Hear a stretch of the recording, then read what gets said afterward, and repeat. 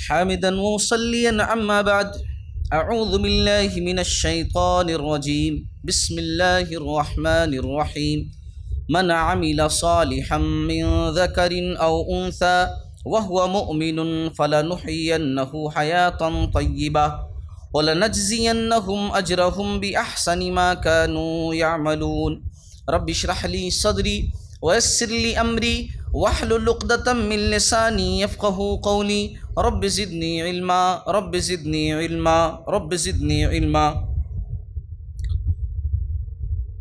لائق قدر و احترام خواتین اسلام، میری ماؤں، بہنوں اور میری پیاری بیٹیوں، سب سے پہلے اللہ کی تعریف جس نے ہم کو پیدا کیا اور اربوں خربوں مخلوقات میں سے ہمیں بہترین مخلوق بنایا،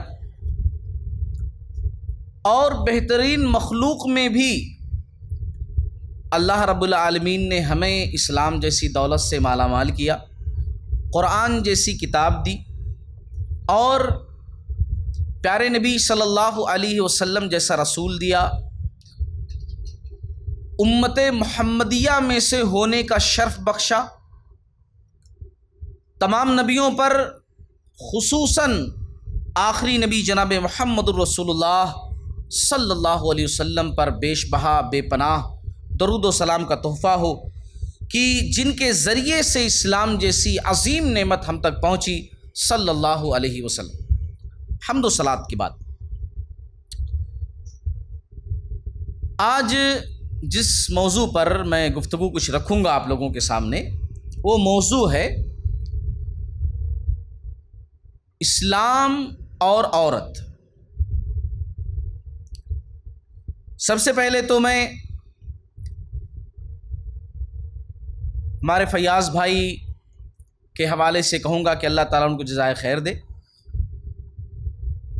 کہ انہوں نے مجھے دعوت دی اور اللہ تعالیٰ نے مجھے توفیق دی کہ میں یہاں تک پہنچا، اور سب سے زیادہ آپ لوگ قابل مبارکباد ہیں کہ جو اس مجلس کو کامیاب بنانے کے لیے یہاں موجود ہیں۔ پیارے نبی صلی اللہ علیہ وسلم کی وہ حدیث مجھے یاد آ رہی ہے جو صحیح سندوں کے ساتھ کئی جگہوں پر موجود ہے،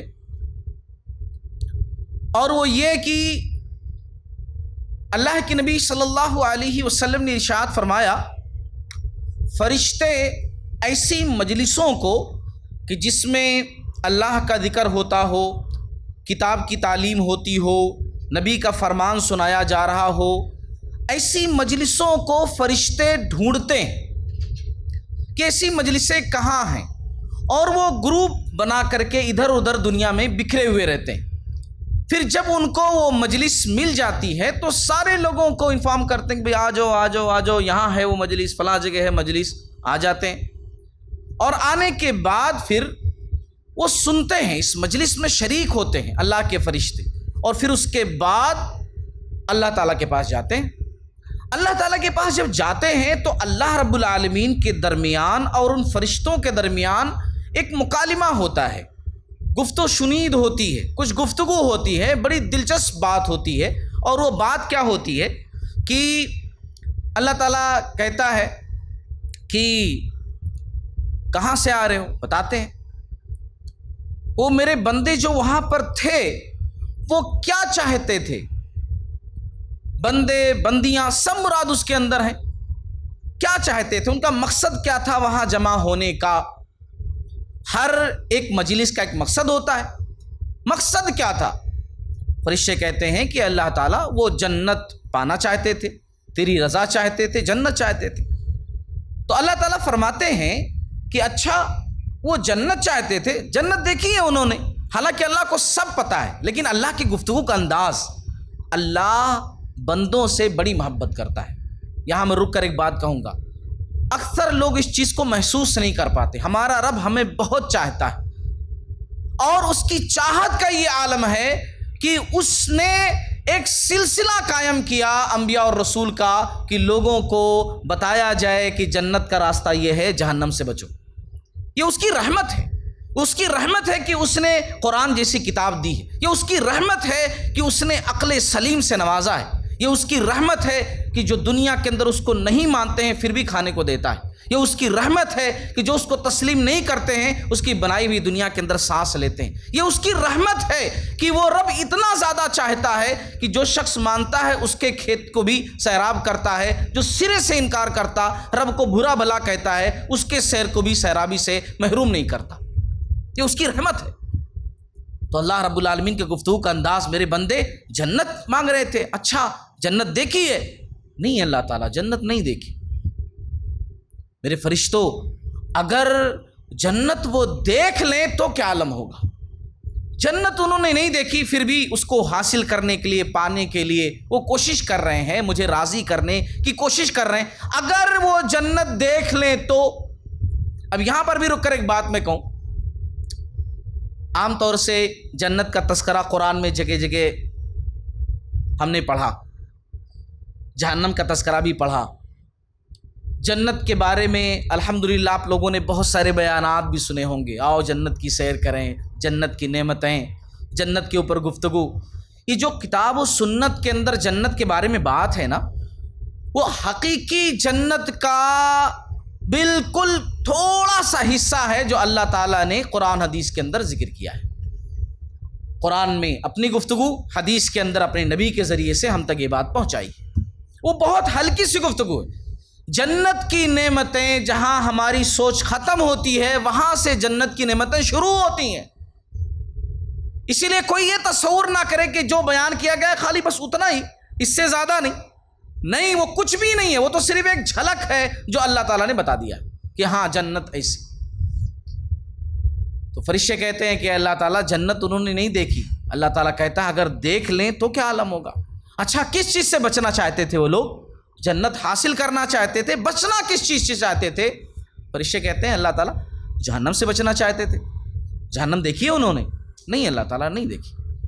اے میرے فرشتوں اگر وہ لوگ جہنم دیکھ لیں تو کیا عالم ہوگا؟ جہنم نہیں دیکھی، بچنا چاہتے ہیں، اگر دیکھ لیں تو کیا عالم ہوگا؟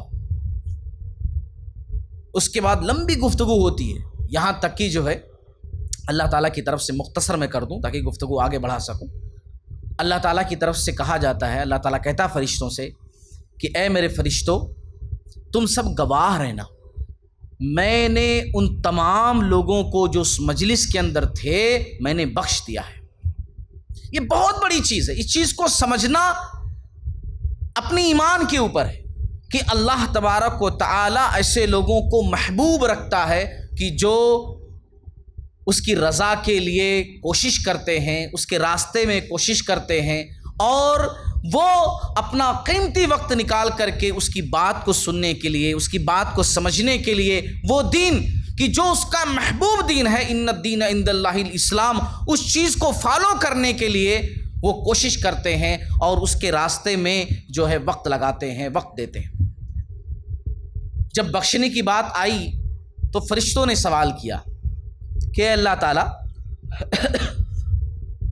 وہ مجلس کے اندر تو تھے لوگ، لیکن ایک بندہ ایسا تھا کہ خاص طور سے اس مجلس میں شریک ہونے کے لیے نہیں آیا تھا۔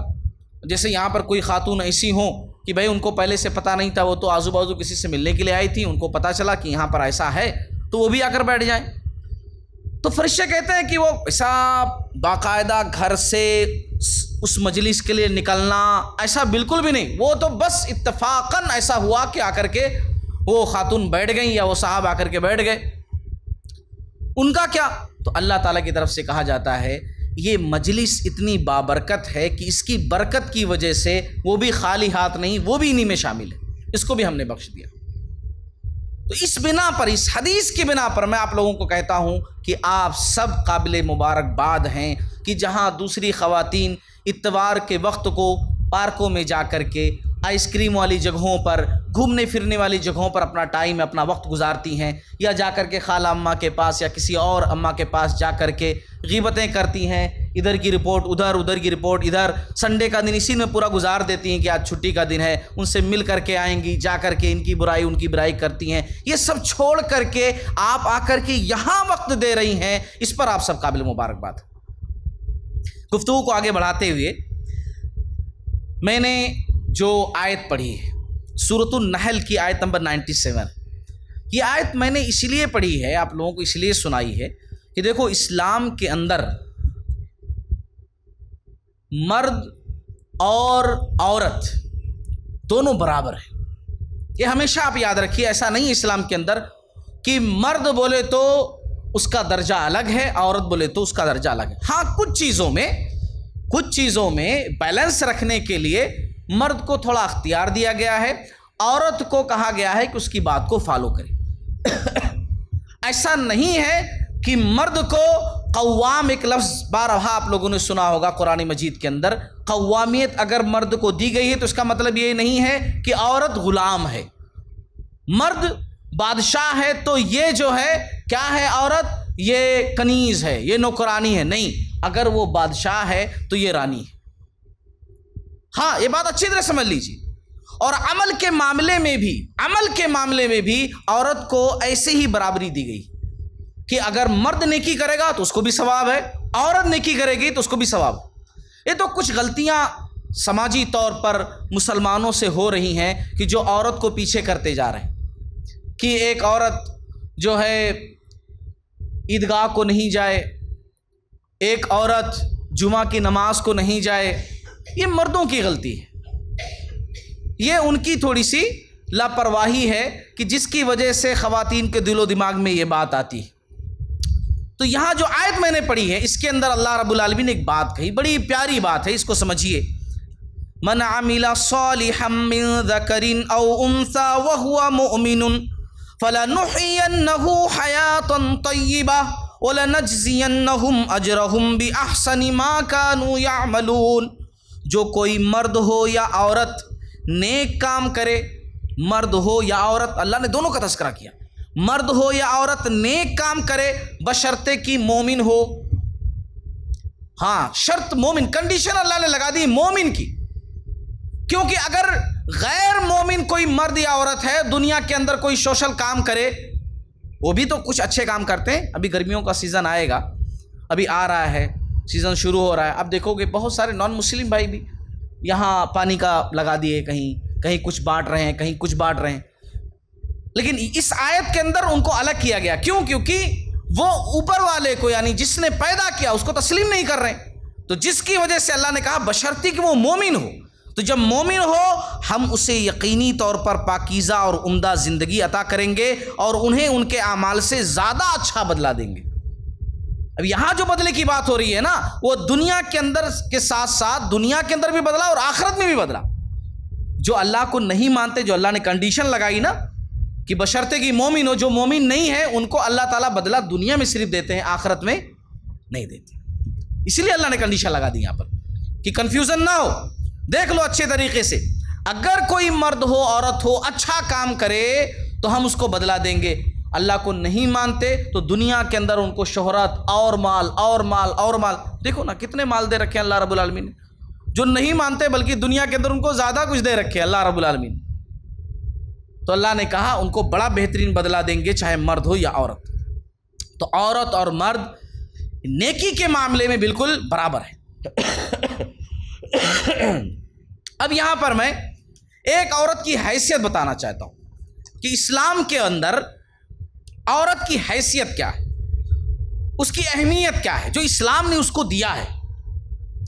3 حیثیتیں آپ خواتین کی ہوتی ہیں بحیثیت عورت، اور ان 3 حیثیتوں کے علاوہ جتنی حیثیتیں ہیں وہ انہی میں ملی ہوئی ہیں۔ ایک ماں، ایک بیوی اور ایک بیٹی، یہ بنیادی طور پر 3 حیثیت ہے۔ باقی اسی میں ماں ہے تو کسی کی خالہ بھی ہیں، کسی کی پھپھو بھی ہیں، ہے نا، بیٹی ہیں تو اور بھی رشتے ہیں، تمام رشتے اسی سے جڑے ہوئے ہیں۔ بنیادی طور پر ماں، بیوی، بیٹی، یہ 3 حیثیتیں۔ 3 حیثیتوں کو آج ہم مختصراً دیکھتے ہیں کہ اسلام نے کیا ویلو دی ہے۔ دیکھو سب سے پہلے ماں دیکھتے ہیں۔ ماں کہنے میں ہی ایک بہترین لفظ ماں، مجھے جب بھی میں ماں کہتا ہوں بہت اچھا لگتا ہے، بہت خوبصورت لگتا ہے یہ لفظ ماں کہتے ہوئے۔ اور آپ خواتین ہیں جو ماں ہیں وہی سمجھتی ہوں گی کہ امی یا ماں کچھ بھی، جب ایک خاتون ماں بنتی ہے اور اس کا بیٹا اس کو جب ماں کہہ کر پکارتا ہے نا تو عجیب سی ہلچل ہوتی ہے، ایک عجیب سی کیفیت ہوتی ہے کہ ماں کہہ کر مجھے پکارا ہے۔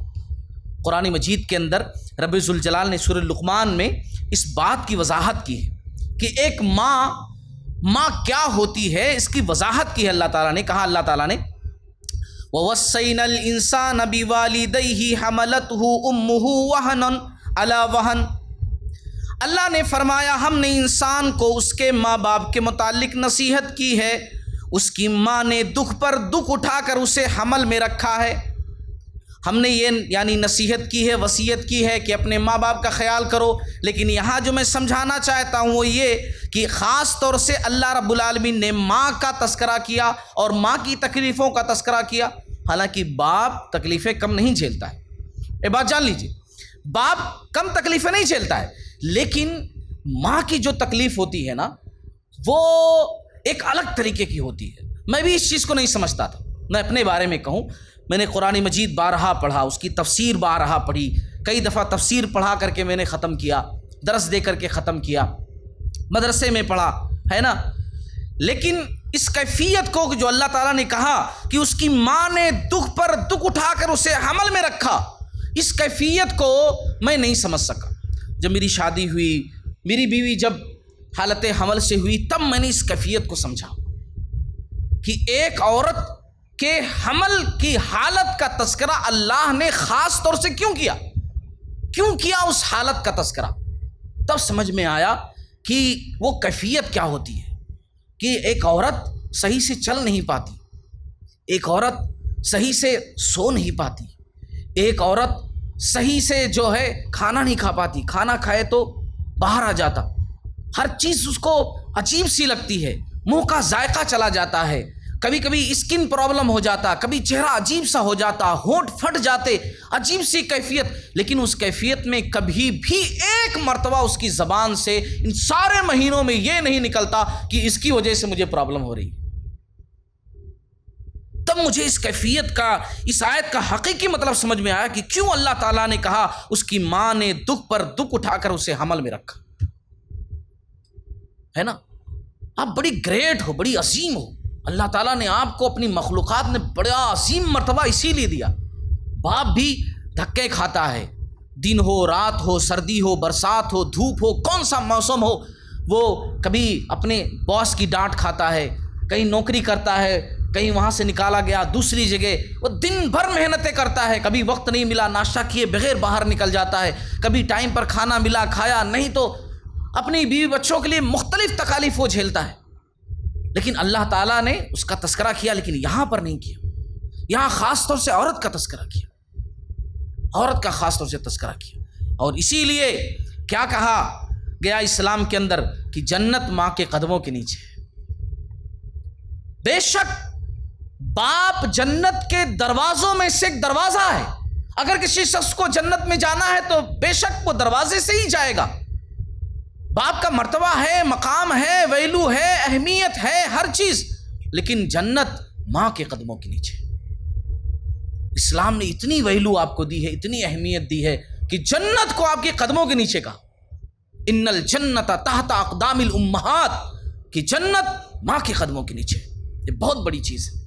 اگر ایک آدمی ہے، ایک شخص ہے، وہ اپنی ماں کو پائے اور اس کی خدمت کر کے اس کو راضی کر کے جنت حاصل نہ کر سکے تو پیارے نبی صلی اللہ علیہ وسلم نے، اللہ کے فرشتوں نے لعنت بھیجی ایسے بندے پر۔ یہاں میں ایک چیز کی وضاحت کر دوں، آپ جب کبھی سنتی ہیں نا کہ اللہ اس کے رسول نے لعنت کی ہے، نبی صلی اللہ علیہ وسلم نے لعنت کی ہے، اللہ تعالیٰ نے لعنت کی ہے، اس لعنت کا مطلب کیا ہوتا ہے؟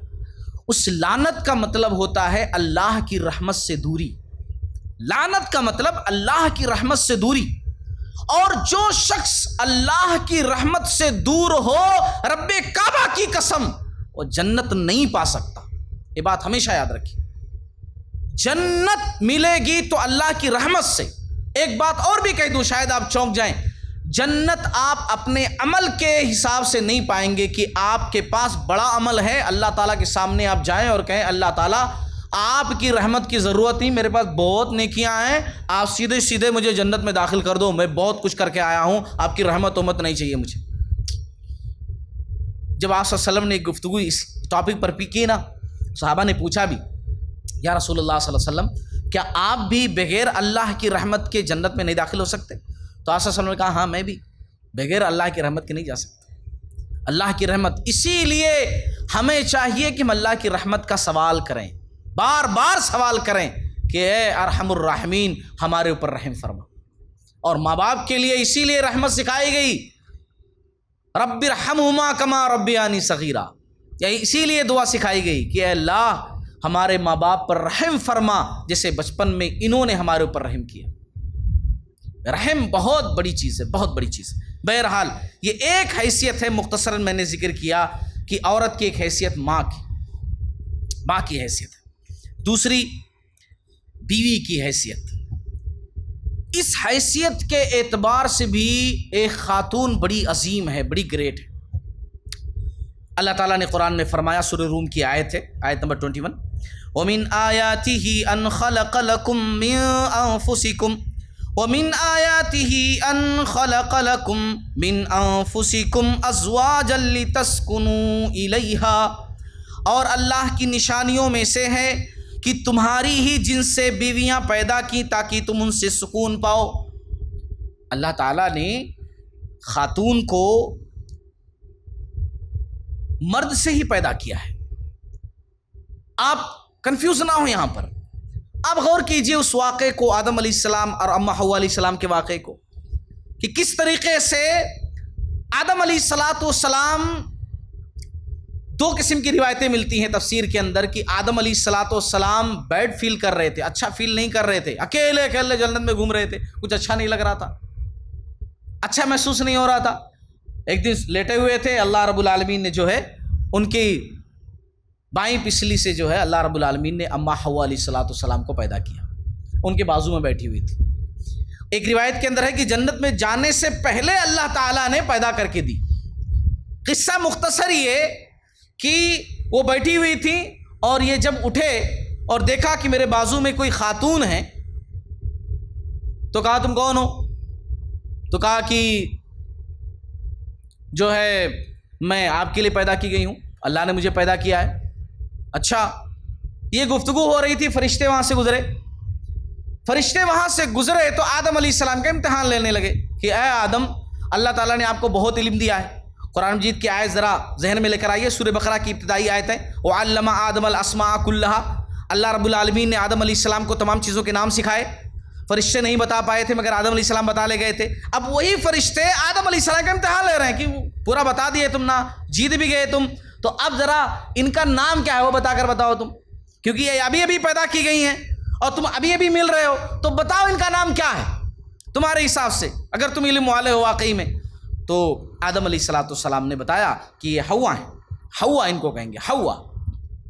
فرشتوں نے کہا حوا ہی کیوں، کچھ دوسرا کیوں نہیں، حوا ہی کیوں؟ آدم علیہ السلام نے بہترین جواب دیا، کہا حوا اس لیے کہ مجھ سے پیدا کی گئی۔ دراصل حوا کے میننگ ہوتے ہیں جو کسی زندہ چیز سے نکالی گئی ہو، اب کیونکہ آدم علیہ السلام زندہ چیز ہیں، ان سے جو نکالی گئی تو اس لیے ان کا نام حوا ہے۔ بہترین طریقے سے گفتگو کی، فرشتے لاجواب۔ تو یہاں اللہ رب العالمین نے اسی بات کا تذکرہ کیا کہ اللہ رب العالمین نے تمہاری جن سے بیویاں پیدا کی۔ اور ایک دوسری بات جو اس آیت سے اور بھی معلوم ہوتی ہے کہ دیکھو، ایک مرد بھی انسان ہے، ایک عورت بھی انسان ہے۔ اگر جنسیت الگ ہو جائے، سمجھانے کے لیے کہہ رہا ہوں، ایسا امر محال ہے، ایسی بات سوچنا بھی ٹھیک نہیں ہے۔ جنس اگر الگ ہو، جنس کا مطلب کوئی جنات میں سے ہے، کوئی انسان میں سے، کیسا ہو، ہے نا؟ جنات کچھ اور کھاتے ہیں، ان کے رہن سہن کا انداز الگ ہے، انسان کے رہن سہن کا انداز الگ ہے، تو ظاہر سی بات ہے کہ دونوں کے اندر صحیح طریقے سے رہنا، باتیں کچھ بھی نہیں، سب گڑبڑ ہو جائیں گا۔ اللہ رب العالمین نے بطور احسان تذکرہ کیا کہ دیکھو تمہاری ہی جن سے ہے نا، وہ بھی انسان، تم بھی انسان، جس طریقے سے ہم نے تم کو بنایا، ان کو بنایا، تمام چیزیں۔ تو یہاں آیت کے اندر اللہ رب العالمین نے بہت ساری باتیں کی۔ اگر گفتگو کی جائے اس آیت پر تو بڑی پوائنٹس کی باتیں اس کے اندر ہیں، اور خاص طور سے میں جو پوائنٹس اس آیت سے لے رہا ہوں، لِتَسْكُنُوا إِلَيْهَا، اللہ تعالیٰ نے جو بیویاں بنائیں اسی لیے تاکہ تم سکون حاصل کرو۔ بیوی سکون ہے، آپ سب سکون ہو، باعث سکون۔ آج انسان جو تلاش کرتا ہے نا سکون، کہ مجھے سکون نہیں زندگی کے اندر، وہ آپ سکون ہو، زندگی کا سکون ہو آپ کی یہ ویلو ہے اسلام کے اندر، آپ کی اہمیت یہ ہے کہ آپ جو ہے زندگی کا سکون ہو۔ بے شک ایک مرد نا، میں خود ایک مرد ہوں اس لیے کہہ رہا ہوں، ایک مرد اینٹ پتھر کی دیوار بنا سکتا ہے، اینٹ پتھر کے کمرے بنا سکتا ہے، اینٹ پتھر کے مکانات بنا سکتا ہے، مگر اس کو گھر ایک عورت ہی بنا سکتی ہے، مرد نہیں بنا سکتا۔ مرد چاہے بھی تو اکیلے اس مکان کو گھر نہیں بنا سکتا، گھر ایک عورت بناتی ہے، ہاں ایک عورت ہی گھر بناتی ہے۔ اسی لیے آپ باعث سکون ہو، اور ہمیشہ آپ کو یہ کوشش کرتے رہنا چاہیے کہ آپ اپنے گھر کے لیے باعث سکون ہو۔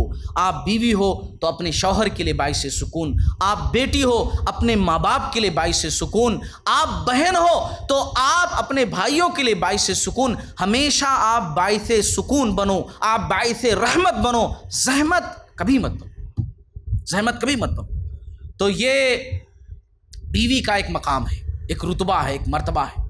بیوی کے مقام کے تعلق سے اگر میں گفتگو کروں تو ایک بات ذہن میں اور بھی آتی ہے، اچانک یہ گفتگو کے دوران دماغ کے اندر بات آئی، ذرا غور کیجیے۔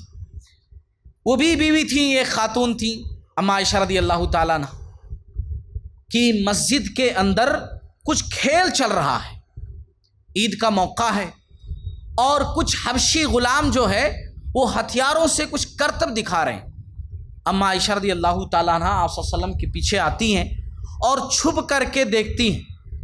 آپ صلی اللہ علیہ وسلم باقاعدہ اپنے کندھے پر یہاں ان کا بھار، ان کی بوجھ ایسا برداشت کرتے ہیں، یہاں سے چھپ کر کے وہ دیکھتی ہیں ایسا۔ آپ صلی اللہ علیہ وسلم برابر ایسے ہی رہتے ہیں، جب تک وہ خود تھک نہیں جاتی کہ ہاں بس اب دیکھ چکی، اب میں تھک گئی، تب تک آپ صلی اللہ علیہ وسلم ویسے ہی اسی پوزیشن میں رہتے ہیں۔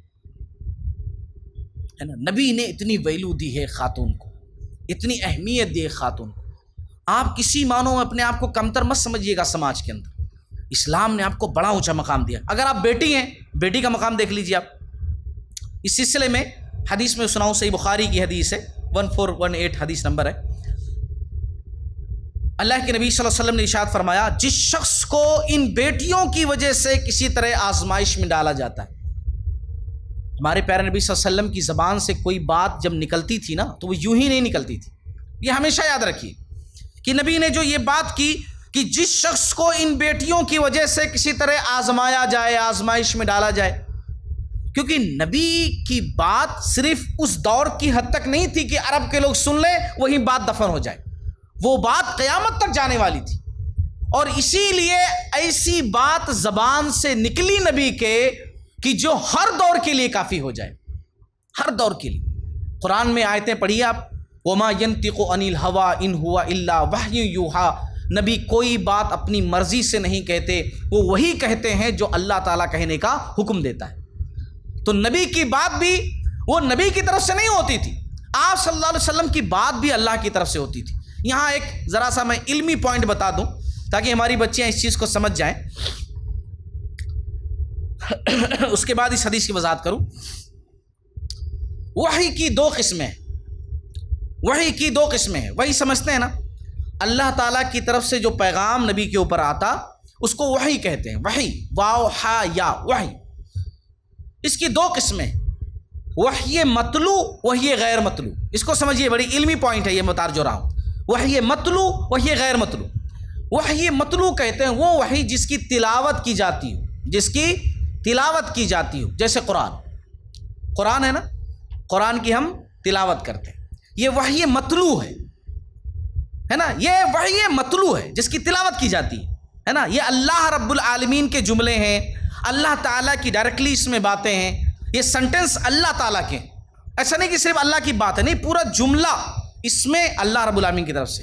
اور وحی غیر مطلوع جو ہے وہ وحی جو تلاوت نہیں کی جاتی، وہ حدیث ہے، وہ بھی وحی ہے، ایسا نہیں کہ وحی سے باہر ہے، وہ بھی وحی ہے لیکن اس کی تلاوت نہیں کی جاتی ہے جس طرح قرآن کی تلاوت کی جاتی ہے۔ دونوں میں فرق صرف اتنا ہے، ورنہ قرآن جس طریقے سے وحی ہے ویسے حدیث بھی وحی ہے، یہ وحی مطلوع ہے، وہ وحی غیر مطلوع ہے۔ اور جب قرآن مجید کی ہم اس آیت کو پڑھتے ہیں کہ اللہ رب العالمین نے کہا نحن نزلنا الذکر وانا لہ لحافظون، کہ ہم نے اس قرآن کو نازل کیا ہے، ہم اس کی حفاظت کرنے والے ہیں۔ تو اس کے اندر جہاں قرآن کے حفاظت کی بات آ گئی کہ اللہ تعالیٰ کہہ رہے ہیں کہ ہم قرآن کی حفاظت کی ذمہ داری لیتے ہیں، وہاں حدیث کی بھی آ گئی، کیونکہ اگر حدیث کی ذمہ داری کو الگ کر دیا جائے، نہیں اللہ تعالیٰ حدیث کی حفاظت کی ذمہ داری نہیں لیے، تو پھر قرآن آدھا ادھورا ہو جائے گا۔ کیوں میں کیسے کہہ رہا ہوں؟ اس لیے کہ قرآن مجید کے اندر ہے لقد کان لکم فی رسول اللہ اسوۃ حسنہ، یہ آیت ہے نا، ہم سب پڑھے ہیں، بار بار سنے بھی ہیں کہ رسول کی زندگی ہمارے لیے اسوہ ہے، نمونہ ہے۔ اب رسول کی زندگی کیسی تھی، کس طرح تھی، وہ پوری حدیث کے اندر ہے۔ تو اگر وہاں اس کی حفاظت نہیں ہوگی تو پھر اس آیت کا مطلب کیا رہ جائے گا؟ اس لیے جب بھی یہ پوائنٹ ذہن کے اندر آئے کہ اللہ نے قرآن کی حفاظت کی گارنٹی لی ہے تو مطلب حدیث کی بھی لی۔ بہرحال ایک الگ ٹاپک چلی جائے گی۔ تو میں تذکرہ کیا کر رہا تھا، جس شخص کو ان بیٹیوں کی وجہ سے کسی طرح آزمائش میں ڈالا جاتا ہے، جیسے آج ڈالا جاتا ہے کہ لوگ عجیب دنیا ہے، عجیب لوگ ہیں، کس طریقے سے سامان کی طرح نعوذ باللہ من ذالک بچیوں کو چیک کرتے ہیں، سامان کی طرح کیسی ہیں کیسی نہیں ہیں۔ پیارے نبی صلی اللہ علیہ وسلم نے تو کہا تھا کہ بس کیا دیکھو، بہترین صالحہ دیکھو، اچھی دیکھو، لیکن ان سب چیزوں کو چھوڑ کر کے دیگر تمام چیزوں کو دیکھا جاتا ہے۔ آزمائش تو ہوتی ہے، بے شک آزمائش ہے آج کے دور میں۔ اللہ کے نبی صلی اللہ علیہ وسلم نے کہا آزمائش میں ڈالا جاتا ہے، پھر وہ ان سے اچھائی کرتا ہے۔ اپنی بیٹیوں کو بوجھ نہیں سمجھتا بندہ، ایک ماں اپنی بچی کو بوجھ نہیں سمجھتی، ایک باپ اپنی بچی کو بوجھ نہیں سمجھتا، اس طرح پرورش کرتا ہے، اچھی جگہ اس کی شادی کرتا ہے۔ تو آپ صلی اللہ علیہ وسلم نے پرائز یہ بتایا کہ یہ اس کے لیے جہنم سے پردہ بن جائیں گے۔ جہنم میں وہ بندہ نہیں جا سکتا جو اپنی بچیوں کی اتنی دیکھ ریکھ کرے، جو اپنے بچیوں کا اتنا خیال کرے، اپنے بچوں کی اس طرح پرورش کرے، سماج کی باتیں سن کر ختم کر دے، اس کو دل پر لے کر نہیں آئے۔ ایک حدیث کے اندر تو آپ صلی اللہ علیہ وسلم نے فرمایا جو صحیح مسلم کی ہے کہ میں اور وہ ایسے ہوں گے، ایسے قیامت والے دن ایسے ہوں گے۔ اب نبی کے ساتھ جو ایسے ٹھہرا ہو، ظاہر سی بات ہے جہنم میں جانا اس کے لیے امر محال ہے، وہ بندہ جہنم میں نہیں جائے گا جو نبی کے ساتھ ایسا ہو۔ یہ بیٹی کی ویلو میں یہی بتانا چاہتا تھا آپ لوگوں کو مختصراً کہ آپ دیکھیے ہر ایک مقام پر محترم ہے، عورت ہر مقام پر محترم ہے۔ بیوی ہے تو زندگی کا سکون ہے، بیٹی بہن ہے تو ہمارے لیے غرور ہے، ہماری عزت ہے، ہمارا وقار ہے، اور ماں ہے تو اس کے قدموں کے نیچے جنت ہے۔ آپ کبھی بھی کسی میدان میں پیچھے نہیں رہی ہو، کبھی بھی۔ میں ایک اسلامک اسٹوڈنٹ ہوں، میں نے کبھی نہیں دیکھا کہ کسی بھی جگہ پر عورت کسی چیز میں پیچھے ہو۔ پیارے نبی صلی اللہ علیہ وسلم نے دعوت کا آغاز کیا، آپ سب جانتی ہیں، بارہا یہ باتیں سنی ہوں گی۔ پیارے نبی صلی اللہ علیہ وسلم نے دعوت کا آغاز کیا، ابو بکر رضی اللہ تعالیٰ عنہ اسلام لائے، علی رضی اللہ تعالیٰ عنہ اسلام لائے، زید بن حارثہ رضی اللہ تعالیٰ عنہ اسلام لائے، مگر ان سے پہلے کون اسلام لائیں؟ ان سے پہلے خدیجہ رضی اللہ، ماشاء اللہ، اللہ تعالیٰ جو ہے آپ کو ہمیشہ خوش رکھے۔ خدیجہ رضی اللہ کون ہے؟ عورت ہے۔ تو اسلام میں پہل کرنے والی کون؟ یہ خاتون ایک عورت ہے، آپ پیچھے کیسے ہو سکتی ہو؟ اب ہمیشہ اول ہو، یہ خاتون ہے۔ اور جب مال خرچ کرنے کی باری آئی، مال اللہ کے راستے میں مال لگانا، تو ظاہر سی بات ہے ہم یہاں پر بھی خدیجہ رضی اللہ تعالی عنہا کو نہیں بھول سکتے۔ اربوں کی جائیداد خدیجہ رضی اللہ تعالی عنہا نے آپ صلی اللہ علیہ وسلم کو دے دیا اسلام کے راستے میں لگانے کی۔ اربوں کی جائیداد، عرب کی بڑی مالدار خاتون تھی، بڑی مالدار خاتون۔ یہ مکہ میں رہ کر کے اپنا پورا بزنس سنبھالتی تھی۔ ہاں، واقعات آپ لوگ جانتی ہوں گی، ریپیٹ کرنے کی ضرورت نہیں ہے، سب سمجھتی ہوں گی آپ کہ آپ صلی اللہ علیہ وسلم کا جو نکاح ہوا تھا اسی مناسبت سے کہ ان کا مال لے کر آپ صلی اللہ علیہ وسلم گئے تھے، اور ان کے غلام آ کر کے بتائے کہ بہت اچھے ہیں، بہت نیک ہیں۔ اس کے بعد جو ہے بات آگے بڑھی اور آپ صلی اللہ علیہ وسلم سے ان کی شادی ہوئی تھی۔ بڑی مالدار خاتون تھی، اپنا سب کچھ دے دیا آپ صلی اللہ علیہ وسلم کو۔ اور اس کے علاوہ جان دینے کی باری اگر آتی ہے تو یہاں پر بھی عورت پیچھے نہیں ہے۔ اسلام کے اندر بڑی مشہور خاتون ہیں سمیہ رضی اللہ تعالیٰ عنہ۔ ہاں، سمیہ رضی اللہ تعالیٰ عنہ میں نے اپنی بیٹی کا نام خود سمیہ رکھا، جو ہے ان کے واقعات دیکھ کر کے اللہ تعالیٰ جسا نام ہے ویسا وصف پیدا فرما دے۔ سمیہ رضی اللہ تعالیٰ اسلام کے خاطر جان دینے والی خاتون۔ میں اس لیے بتا رہا ہوں، حالانکہ میں تقریر کے انداز میں گفتگو نہیں کر رہا ہوں آپ لوگوں سے، میں درس کے انداز میں بات کر رہا ہوں کہ یہ خواتین جو گزری ہیں کسی میدان میں پیچھے رہی ہیں۔ آپ ایک ایک چیز نوٹ کر لو، کسی چیز میں پیچھے نہیں رہی ہیں۔ اور ایک عورت اگر چاہے تو فرعون جیسے بندے کے گھر میں رہنے کے باوجود کامل ترین خاتون میں اپنے آپ کو شامل کرا دے۔ آسیہ بنت مزاحم فرعون نے زبردستی ان سے شادی کی تھی، یہ راضی نہیں تھی کیونکہ وہ اللہ تعالیٰ کو ماننے والی تھی اور یہ تو اپنے آپ کو رب کہہ رہا تھا۔ لیکن فرعون نے جب دھمکی دی کہ پورے خاندان کا صفایا کر دوں گا، تب انہوں نے اس سے نکاح کیا تھا۔ اور فرعون اللہ کی وحدانیت کے لیے اتنا تڑپاتا تھا، ان کو اتنا ستاتا تھا کہ سب برداشت کرتی تھی، سب برداشت کرتی تھیں اور صرف یہی کہتی تھیں کہ اللہ اس کے بدلے میں جنت چاہیے، بس یہی چاہیے۔ اور واقعی میں آج میں یہاں کھڑا ہو کر تذکرہ کر رہا ہوں، صحیح بخاری کی احادیث اٹھا کر دیکھ لیجئے، ان کا تذکرہ ملے گا۔ جب بھی خواتین بہترین دنیا کی کامل ترین خواتین کی لسٹ بنائی جائے گی، آسیہ بنت مزاحم کا نام ضرور شامل ہو۔ امت محمدیہ سے پہلے 2 خواتین ایسی گزری ہیں جو کامل ترین کا لقب پا چکی ہیں، ایک ہیں مریم بنت عمران اور ایک ہے آسیہ بنت مزاحم۔ جنتی خواتین تو بہت ساری ہیں، لیکن کامل ترین خواتین کی بات میں کر رہا ہوں کہ جن کو کہا جائے تمام خواتین کی سردار۔ امت محمدیہ میں کامل ترین خواتین کا لقب حاصل کرنے والی جو خاتون ہیں وہ ہیں اماں خدیجہ رضی اللہ تعالیٰ عنہا۔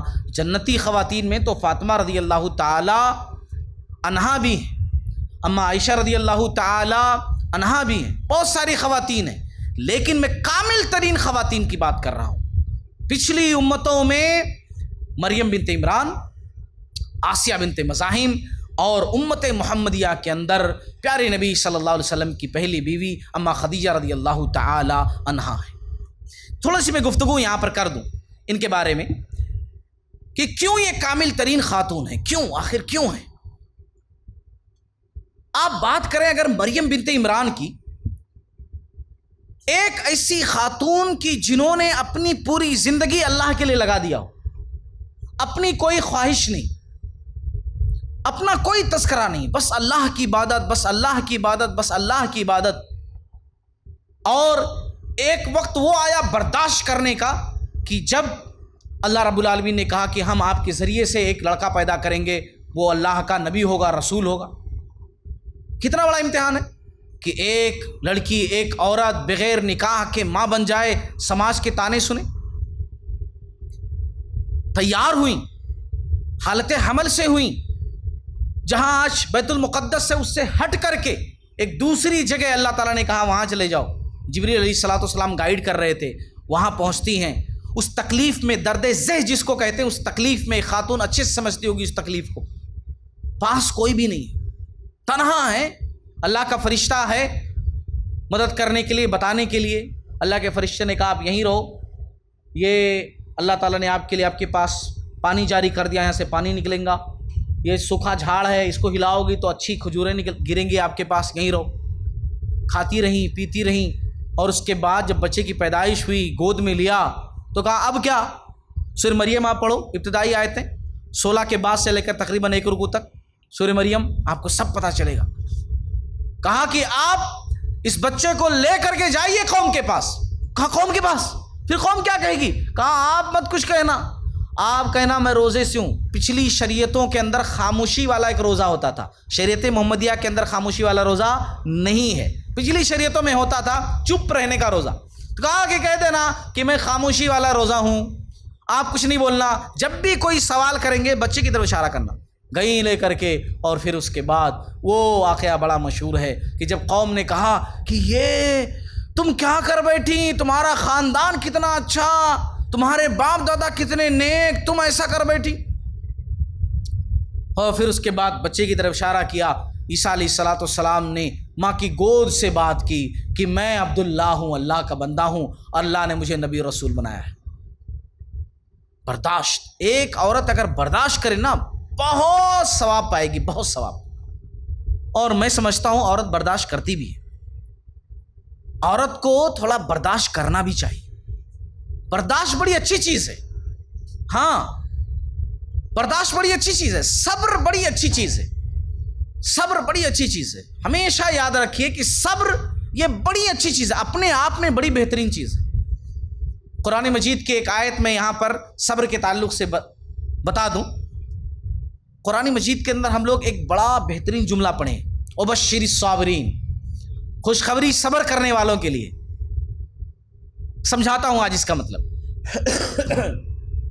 خوشخبری صبر کرنے والوں کے لیے۔ اصل میں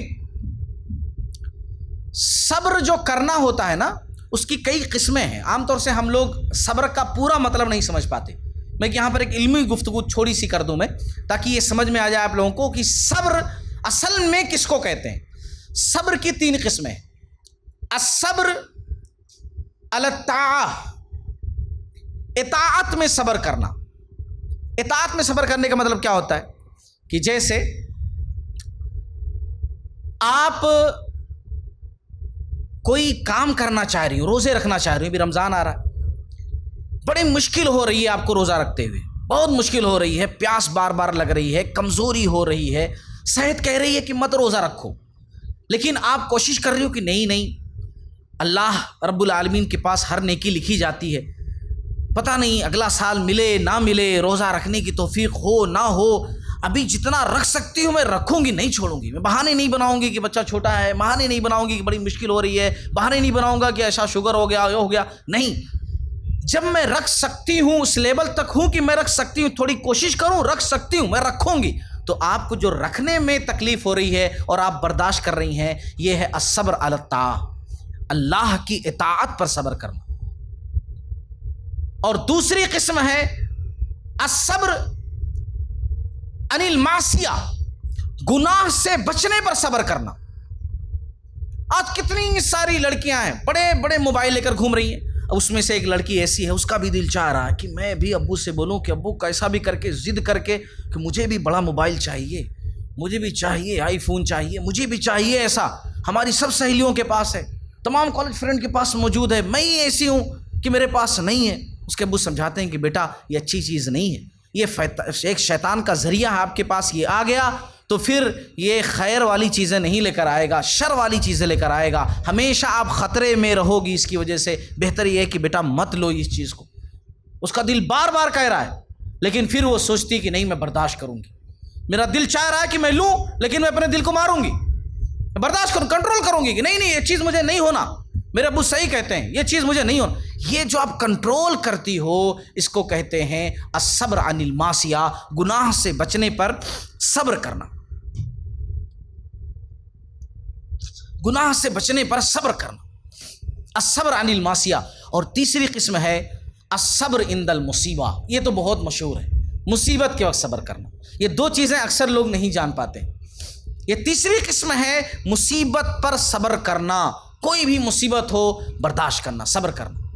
اور صبر اصل میں کب ہوتا ہے یہ بھی جان لو، حدیث کی روشنی میں صبر ہوتا ہے کہ جب مصیبت آئے اسی وقت صبر کرنا۔ اگر آپ جب مصیبت آئی اس وقت چلائیں، وہ چیخیں، بڑا بلا سب کچھ کر لیں، اور پھر اس کے بعد دھیرے دھیرے آپ کو صبر آ گیا تو آپ بولیں بھائی دھیرے دھیرے صبر آ گیا، ارے وہ تو دھیرے دھیرے آ ہی جاتا ہے بعد میں۔ اللہ تعالیٰ نے انسان کو ایسا بنایا، اگر اللہ تعالیٰ ایسا نہ بنائے تو دل پھٹ جائے۔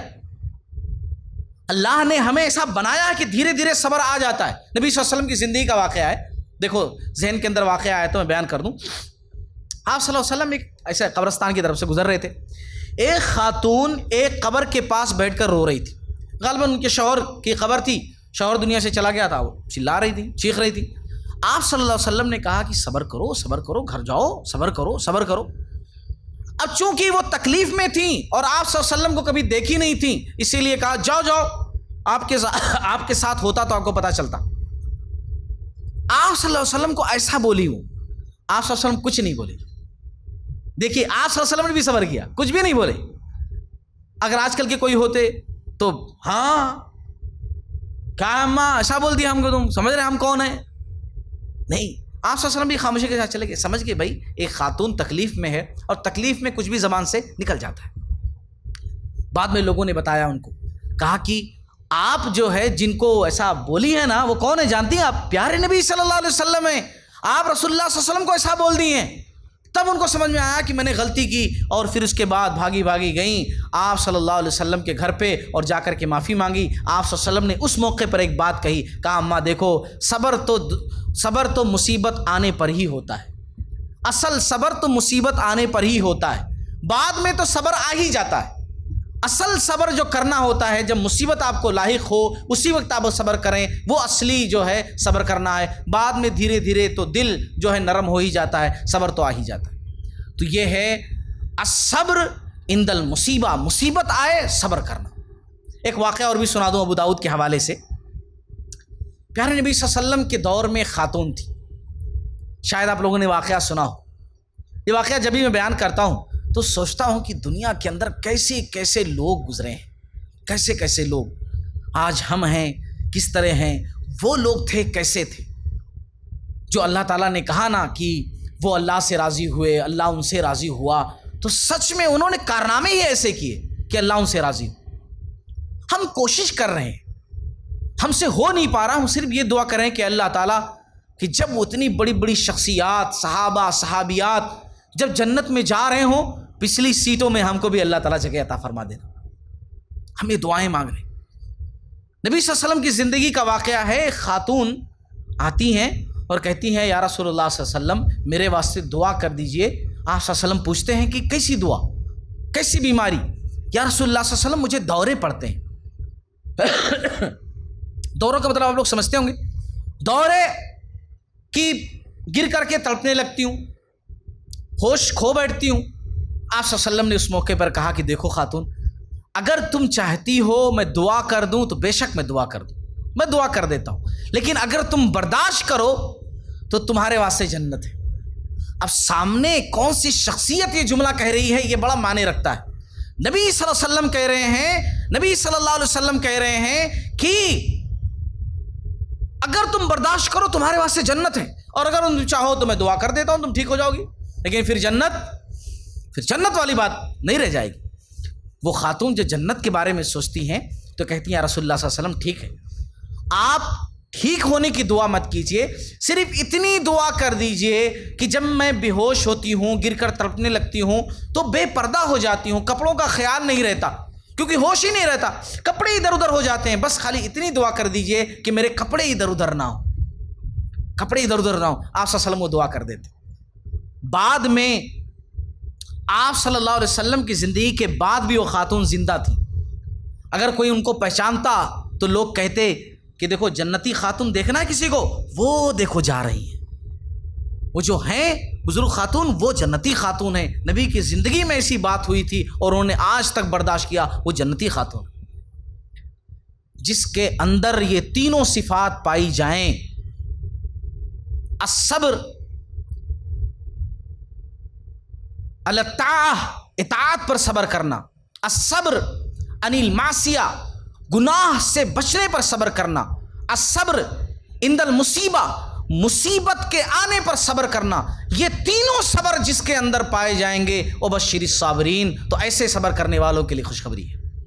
یہ اللہ تعالیٰ نے قرآن میں اعلان کیا، ایسے لوگوں کے لیے خوشخبری۔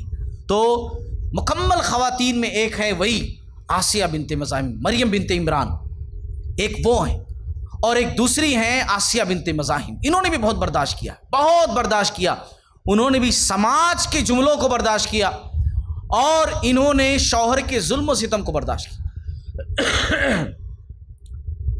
آج دیکھیے کئی قسم کی خواتین ہوتی ہیں کہ ہم بہت زیادہ کام نہیں کر پاتے دینی معاملات میں، بڑی پریشانی رہتی ہے، گھر کے اندر ماحول نہیں ہے پڑھنے لکھنے کا، ہم پڑھنا چاہتے ہیں کہ قرآن تفسیر کے ساتھ پڑھیں، ترجمے کے ساتھ پڑھیں اور دین سیکھیں، جتنا وقت ملے قرآن پر لگائیں، اللہ کی دین۔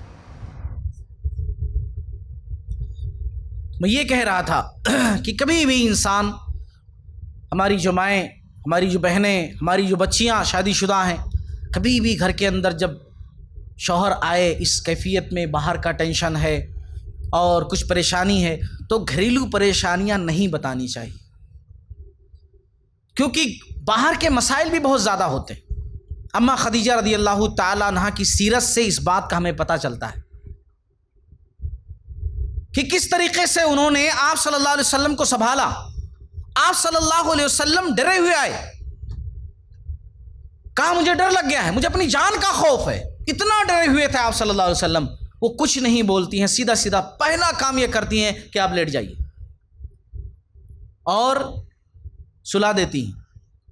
یہ سوال نہیں کرتی ہیں کہ آپ وہاں جاتے کیوں ہیں، کیا ضرورت ہے آپ کو جانے کی، ماشاءاللہ گھر بڑا ہے، آپ کو جو کچھ کرنا ہے یہاں کر سکتے ہو، بار بار وہاں جانا کیوں جانا، یہ کوئی سوال نہیں، کوئی سوال جواب نہیں۔ جب آپ صلی اللہ علیہ وسلم سو کر کے اٹھتے ہیں، اپنے چچیرے بھائی ورقہ بن نوفل کے پاس لے کر کے جاتی ہیں، جو پرانی کتابوں کے عالم تھے، عیسائیت پڑھے ہوئے تھے، تورات زبور پڑھے ہوئے تھے، ان کے پاس جاتی ہیں، ساری کیفیت بیان کرتی ہیں، اور وہ بتاتے ہیں، کہتے ہیں کہ ان کے پاس جو آیا تھا وہ اللہ کا فرشتہ تھا، یہ نبی بنائے گئے ہیں، اور ایک وقت آئے گا، اسی وقت ورقہ بن نوفل کہتے ہیں ایک وقت آئے گا کہ ان کی قوم یہاں سے نکال دے گی۔ آپ صلی اللہ علیہ وسلم حیرت سے کہتے ہیں کہ یہ قوم مجھے نکال دے گی جو مجھے صادق کہتے ہیں، امین کہتے ہیں، سچا کہتے ہیں، امانت دار کہتے ہیں، مجھ سے محبت کرتے ہیں، یہ قوم مجھے یہاں سے نکال دے گی؟ کہا ہاں، جو کام کی ذمہ داری آپ کو دی گئی ہے، جس نے بھی یہ کام کیا اس کو تکلیفیں برداشت کرنی پڑی ہیں، آپ کو بھی تکلیف برداشت کرنی پڑے گی۔ اگر میں زندہ رہا اس وقت تک تو میں آپ کا ساتھ دوں گا، لیکن اس وقت تک وہ زندہ نہیں رہے۔ بتانے کا مقصد کیا ہے کہ دیکھیے ایک کردار کیسا ہے اماں خدیجہ رضی اللہ تعالیٰ عنہ کا، بہترین کردار، بہترین کردار۔ ان کے انتقال کے بعد کی بات میں کروں، آپ صلی اللہ علیہ وسلم بہت یاد کرتے تھے، بہت ان کو، بہت ان کی قربانیوں کو یاد کرتے تھے، ان کے برداشت کو یاد کرتے تھے۔ عورت کا ایک نام برداشت ہے، صبر ہے۔ آپ جتنا زیادہ صبر کریں گے آپ کی زندگی اتنی پرسکون رہے گی۔ اب یقین مانیے، کبھی آزما کر دیکھ لیجیے، جتنا زیادہ صبر کریں گی اتنا زیادہ آپ کی زندگی خوشحال رہے گی۔ میری بچیاں جو بالغ ہیں وہ خاص طور سے سنیں، آپ اچھے طریقے سے سنیے، جتنا زیادہ برداشت کریں گی اتنا زیادہ زندگی خوشحال رہے گی، کیونکہ عورت کا ایک دوسرا نام صبر بھی ہے، وہ صبر کرے۔ یہ کامل ترین خواتین کی لسٹ میں بتا رہا ہوں، یہ ان کی زندگیوں سے پتہ چلتا ہے کہ کتنا برداشت کیا انہوں نے اس دنیا کے اندر۔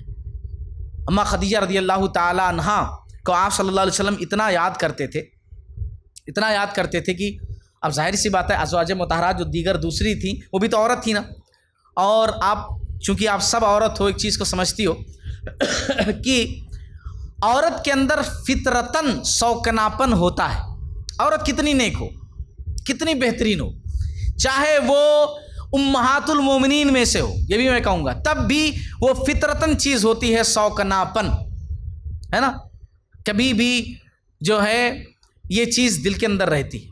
اما عائشہ رضی اللہ تعالی عنہا نے جب بار بار سنا کہ آپ ان کو یاد کر رہے ہیں، بکری ذبح ہو رہی ہے گھر میں، تو سب سے پہلے کہہ رہے ہیں کہ یہ آپ صلی اللہ علیہ وسلم کی یہ دست والا حصہ وہ ہمارے خدیجہ کی سہیلیاں ہیں ان کو دے آؤ، یہ گوشت ان کو دے آؤ، ان کی سہیلیاں جو ابھی ہیں ان کو دے آؤ۔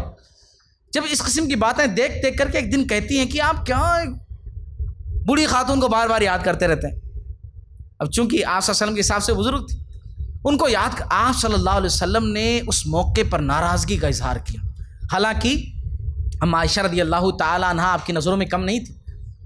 اس وقت عرب میں ایک کھانا چلتا تھا، ثرید بولتے تھے، ثرید، سارا یا دال، ثرید ہے نا، جس طریقے سے اس کی ایک شکل میں آج کل کے بتاؤں، حریص جیسے ہے نا، حریص، ایسی ہی ایک شکل ہوتی تھی ثرید اس وقت نبی صلی اللہ علیہ وسلم کے دور میں، اور ایسے ہی کچھ بنایا جاتا تھا۔ وہ بھی اس میں کیا رہتا تھا، روٹیاں بنا کر کے توڑ کر کے سب مکسچر کی جاتی تھی، اور اس میں تھوڑا سا شروع میں ہی مکسچر کیا جاتا ہے الگ کنڈیشن میں، ایسے ہی ملتا جلتا کھانا تھا، وہ سب سے بہترین ڈش مانی جاتی تھی۔ آپ صلی اللہ علیہ وسلم نے ایک حدیث کے اندر عائشہ رضی اللہ تعالیٰ عنہ سے کہا کہ اے عائشہ، جیسے کھانے میں ثرید ویسے تم میرے لیے سب سے بیسٹ۔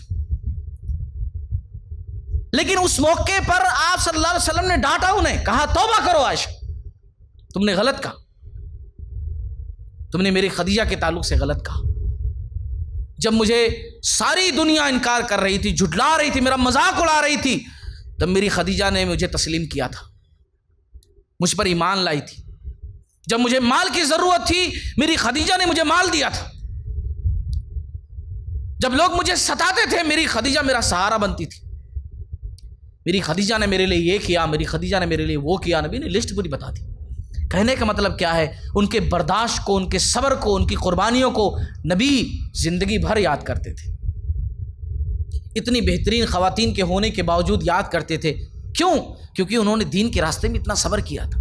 اسی لیے یہ تینوں خواتین کے حوالے سے میں آپ لوگوں کو یہ نصیحت آج کروں گا، زندگی کے اندر برداشت لائیے، صبر لائیے. یہ چیزیں لے کر آئیں گی، زندگی بڑی خوشحال گزرے گی. میں گفتگو یہ کر رہا تھا جہاں سے میری گفتگو اس طرف گئی تھی کہ دیکھو آپ اسلام کی نظروں میں بڑی محبوب ہو. آپ کسی جگہ کمتر نہیں ہو، کم نہیں ہو. مال کی ضرورت اسلام کے لیے پڑی، عورت آگے. ایمان کی بات عورت آگے. شہادت کی بات عورت آگے. اور بات میں کہوں ایک خاتون ایسی کہ جب اللہ کی رضا مان کر وہ خاتون اپنی رضا بنا لی کہ اللہ کی رضا، میری رضا، میں جو کروں گی وہ اللہ کی رضا کے مطابق ہو. اللہ نے کہا ہے اس لیے مجھے ایسا کرنا چاہیے. اللہ کی رضا کو اپنی رضا بنا کر ایک خاتون جب صفا مروہ پر دوڑی تو کیا ہو گیا؟ صفا مروہ کی صحیح بن گیا. کون دوڑی تھی وہاں پر؟ ہاجرہ علیہ السلام. آج لوگ لاکھوں کی تعداد میں جا کر دوڑ رہے ہیں، ایک خاتون دوڑی تھی نا وہاں پر. اللہ تعالیٰ نے بے شک کہا ان الصفا والمروہ من شعائر اللہ. بے شک صفا اور مروہ جو ہے اللہ کی نشانیوں میں سے ہے. لیکن اس چیز کو پریکٹیکلی جو لوگ کرتے ہیں جا کر کے صفا مروہ کی صحیح، وہ کس کو یاد کرتے ہیں؟ ذرا آپ غور کرو کہ ہاجرہ علیہ السلام جس طرح دوڑی تھی، کہا جا رہا ویسے ہی دوڑو. جہاں وہ ذرا تیز دوڑی تھی وہاں نشان لگا ہوا یہاں تیز دوڑو. ہاں، کس انداز سے گفتگو کی ہے اللہ رب العالمین نے، نبی صلی اللہ علیہ وسلم نے حدیث کے اندر. ہاں، ہاجرہ علیہ السلام دوڑی تھی. ایک عورت چاہے تو کیا نہیں کر سکتی؟ ایک عورت چاہے تو کیا ہو سکتا ہے؟ زمزم کا کنواں نکل سکتا ہے، مکہ شہر آباد ہو سکتا ہے. ہاں، ایک عورت وجہ بنی نا. عورت کا یہ مقام ہے، یہ مرتبہ ہے. میری بات بس یہیں پر میں ختم کرتا ہوں. میں یہی بتانا چاہتا ہوں کہ اسلام کی نظروں میں آپ سب بڑی محترم ہیں، آپ بڑی عظیم ہیں. آپ گھر کو جنت بنا سکتی ہیں، پرسکون بنا سکتی ہیں. آپ کو برداشت کرنا چاہیے. آپ اللہ کی نظروں میں بڑی محبوب ہیں. بات آئی ہے تو ایک بات اور بھی کہہ دوں، اس کے بعد بات ختم کروں تاکہ بات ذرا اور اچھی ہو جائے. اللہ تعالیٰ نے آپ سب کے احساس کا خیال کیا ہے. عرش والے نے، رب نے. ایک واقعہ میں سنا دوں یہاں پر. ام سلمہ رضی اللہ تعالی عنہا اور بہت ساری جو ہے خواتین آپ صلی اللہ علیہ وسلم کے پاس آتی ہیں مسند احمد کی حدیث کے حوالے سے، اور کہتی ہیں یا رسول اللہ صلی اللہ علیہ وسلم، اللہ تعالیٰ مردوں سے خطاب کرتا ہے، عورتوں سے نہیں. خالی قرآن میں بس یا ایھا الذین آمنوا یا ایھا الذین آمنوا. حالانکہ دیکھا جائے گرامر کے حساب سے تو آمنو کے اندر مرد اور عورت دونوں ہیں، لیکن چونکہ آمنو جو ہے یا ایھا الذین آمنوا، آمنو یہ مرد والا صیغہ ہے، تو جس کی وجہ سے اب عربی سمجھتی تھی وہ لوگ، تو انہوں نے کہا کہ سب مردوں کے لیے.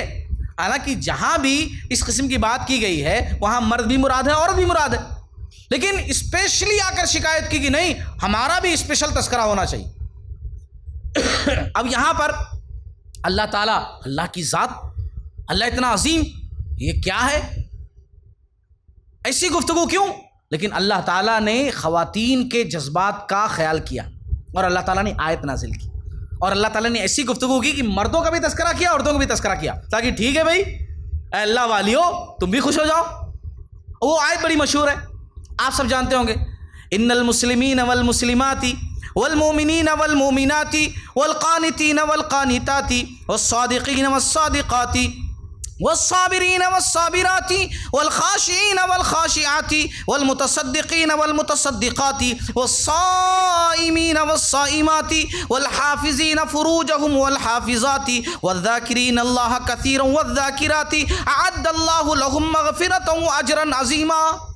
اللہ تعالیٰ نے کہا بے شک مسلمان مرد مسلمان عورتیں، مومن مرد مومنہ عورتیں، فرما بردار مرد فرما بردار عورتیں، سچ بولنے والے مرد سچ بولنے والی عورتیں، صبر کرنے والے مرد صبر کرنے والی عورتیں، اللہ سے ڈرنے والے مرد اللہ سے ڈرنے والی عورتیں، صدقہ کرنے والے مرد صدقہ کرنے والی عورتیں، روزہ رکھنے والے مرد روزہ رکھنے والی عورتیں، عزت و آبرو کی حفاظت کرنے والے مرد عزت و آبرو کی حفاظت کرنے والی عورتیں، اللہ کا خوب ذکر کرنے والے مرد اللہ کا خوب ذکر کرنے والی عورتیں، اعد اللہ لہم مغفرۃ و اجرا عظیما، ان سب کے لیے اللہ نے مغفرت اور بڑا ثواب تیار کر رکھا ہے، ان سب کے لیے۔ سمجھ میں آیا آپ لوگوں کو کہ اللہ نے کس انداز سے گفتگو کی، یعنی مردوں کا عورتوں کا دونوں کا تذکرہ کیا۔ خوش ہو جاؤ تم بھی، حالانکہ دیکھا جائے تو اتنی ضرورت نہیں، مگر اللہ نے ان کے جذبات کا خیال کیا کہ بھی خواتین بول رہی ہیں، عرش والے نے خواتین کے جذبات کا خیال کیا۔ اور قرآن اور حدیث جب دیکھیں گے، صحیح بخاری کی حدیث ہے، ابو سعید خدری رضی اللہ تعالیٰ عنہ حدیث کے راوی ہیں، چند خواتین آپ صلی اللہ علیہ وسلم کے پاس آئیں اور کہنے لگیں یا رسول اللہ صلی اللہ علیہ وسلم، مرد لوگ آپ سے بڑا فائدہ اٹھا رہے ہیں، آپ مسجد میں نماز پڑھ رہے ہیں اور آ کر کے وہ پوچھ لے رہے ہیں کچھ بھی، حالانکہ خواتین بھی نماز پڑھنے آتی تھی مگر ان کے جگہ پیچھے رہتی تھی اور ان کو پہلے جانا ہوتا تھا نماز پڑھ کر کے۔ آپ سے اس طرح ہم فائدہ نہیں اٹھا پا رہے ہیں، مرد کبھی بھی آ جا سکتے ہیں، کبھی بھی پوچھ سکتے ہیں، ہمارا کیا، ہم بھی دین حاصل کرنا چاہ رہی ہیں۔ آپ صلی اللہ علیہ وسلم نے کہا ٹھیک ہے، تمہارے لیے بھی ایک دن خاص ہے، اس دن جو ہے تم جو ہے دین کے مسائل پوچھنا، دین کی باتیں کرنا تمہارے لیے بھی خاص۔ اللہ تعالیٰ نے اس کے رسول نے بڑا احترام دیا ہے خواتین کو۔ اللہ تعالیٰ سے دعا کرتا ہوں کہ اللہ تعالیٰ ہم تمام لوگوں کو توفیق دے کہ ہم سب کتاب و سنت کے حساب سے زندگی گزاریں۔ باری تعالیٰ ہمیں جب تک زندہ رکھے مسلمان بنا کر زندہ رکھے، اچھا مسلمان بنا کر زندہ رکھے، نام والا مسلمان نہیں، وہ مسلمان جو اللہ کو مطلوب ہے، وہ مسلمان کہ جو نبی کی باتوں پر عمل کرنے والا ہو، ایسا مسلمان ہم کو اللہ تعالیٰ بنا کر رکھے۔